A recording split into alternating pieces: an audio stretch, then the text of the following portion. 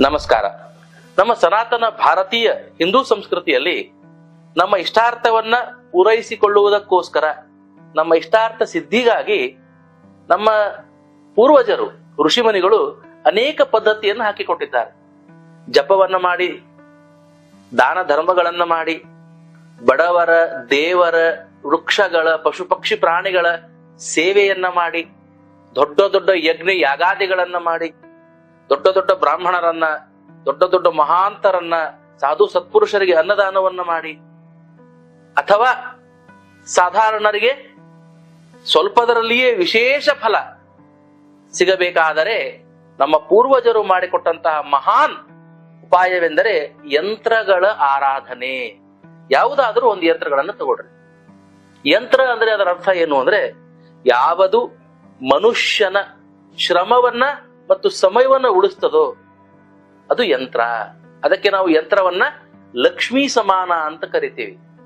ವಾಹನ ಲಕ್ಷ್ಮಿ, ಯಂತ್ರ ಲಕ್ಷ್ಮಿ, ಎಲ್ಲವನ್ನೂ ನಾವು ಲಕ್ಷ್ಮಿ ಅಂತ ಕರಿತೀವಿ.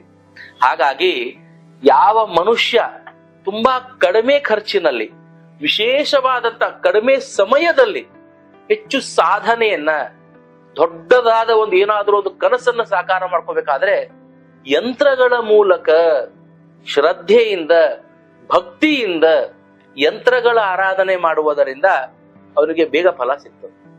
ಮನೆಯಲ್ಲಿ ಯಾರಿಗೂ ಅನಾರೋಗ್ಯ ಅದ, ಮಹಾಮೃತ್ಯುಂಜಯ ಯಂತ್ರ ಶ್ರದ್ಧಾ ಭಕ್ತಿಯಿಂದ ಪೂಜೆಯನ್ನ ಮಾಡ್ರಿ, ಅವರ ಆರೋಗ್ಯ ಸುಧಾರಿಸ್ತವ. ದುಡ್ಡಿನ ತಾಪತ್ರಯ ಯಾರಿಗಿಲ್ಲ, ಶ್ರೀಮಂತರಿಗೂ ಅದ, ಬಡವರಿಗೂ ಅದ. ಹಾಗಿದ್ದಾಗ ಏನ್ ಮಾಡಬೇಕು? ನಿತ್ಯ ದಾರಿದ್ರ್ಯದಿಂದ ದೂರವಾಗ್ಲಿಕ್ಕೆ ಲಕ್ಷ್ಮೀ ಗಣಪತಿ, ಲಕ್ಷ್ಮೀ ಕುಬೇರ, ಹೀಗೆ ಅನೇಕ ಬೃಹತ್ ಗಣಪತಿ, ಕೌಬೇರಿ, ಶ್ರೀಯಂತ್ರ, ಹೀಗೆ ವಿವಿಧವಾದ ಅನೇಕ ಯಂತ್ರಗಳ ಉಪಾಸನೆಯನ್ನ ಹೇಳಿದ್ದಾರೆ. ಸ್ವರ್ಣಾಕರ್ಷಣ ಭೈರವ, ಈ ರೀತಿಯ ಯಂತ್ರ ಉಪಾಸನೆಯಿಂದ ನಿತ್ಯ ದಾರಿದ್ರ್ಯಗಳು, ದಿನನಿತ್ಯ ದುಡ್ಡಿನ ತಾಪತ್ರಯ ಕಡಿಮೆ ಆಗ್ತದ. ಯಾರಿಗೊಂದು ದೊಡ್ಡ ಸರ್ಕಾರಿ ನೌಕರಿ ಬೇಕು. ಸೂರ್ಯನ ಯಂತ್ರ, ತುಂಬಾ ದರಿದ್ರತನಾದ, ಎಷ್ಟು ಪರಿಶ್ರಮ ಪಟ್ಟರು ಪ್ರತಿಫಲ ಇಲ್ಲ, ಶನಿಯ ಕಾಡಾಟವಿದೆ, ಶನಿಯ ಯಂತ್ರ. ಹೀಗೆ ಹಲವಾರು ಯಂತ್ರೋಪಾಸನಗಳ ಪೂರ್ವಕ, ಯಂತ್ರಗಳ ಆರಾಧನೆಯ ಪೂರ್ವಕ ನಾವು ನಮ್ಮ ಕಾರ್ಯಸಿದ್ಧಿ ಮಾಡಿಕೊಳ್ಳಬಹುದು. ದೊಡ್ಡ ದೊಡ್ಡ ಯಜ್ಞ ಯಾಗಾದಿಗಳನ್ನೇ ಮಾಡಬೇಕು ಅಂತ ಏನಿಲ್ಲ. ಯಂತ್ರಗಳ ಆರಾಧನೆಯಿಂದಲೂ ನಮಗೆ ಯಶಸ್ಸು ಸಿಗುತ್ತದೆ. ಹಾಗಾಗಿ ಯಾರಿಗಾದರೂ ಯಂತ್ರಗಳ ಬಗ್ಗೆ ಹೆಚ್ಚಿನ ಮಾಹಿತಿ, ಯಂತ್ರಗಳ ಬಗ್ಗೆ ಕುತೂಹಲ, ಆಸಕ್ತಿ ಇದ್ದರೆ ನಮ್ಮ ಸಂಸ್ಥೆಯ ಕಾರ್ಯಾಲಯವನ್ನು ಸಂಪರ್ಕಿಸಿ.